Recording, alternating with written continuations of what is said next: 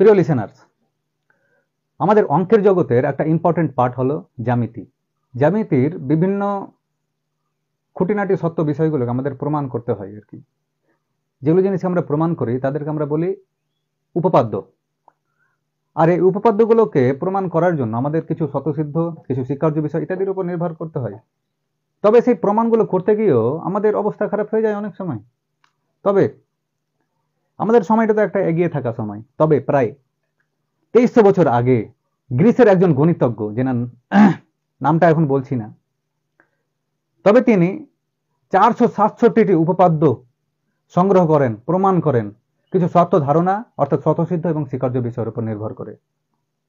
এবং তিনি সেই জ্যামিতিক প্রমাণগুলো, সেই উপপাদ্যগুলো নিয়ে 13টি খণ্ডে একটা বই লিখেছিলেন।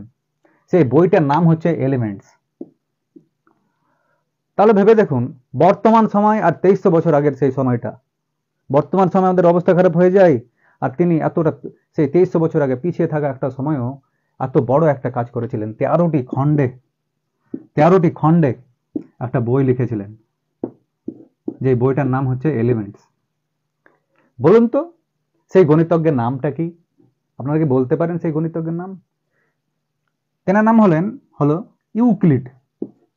ইউক্লিড, তাকে আমরা জ্যামিতির জনক বলে থাকি আর কি।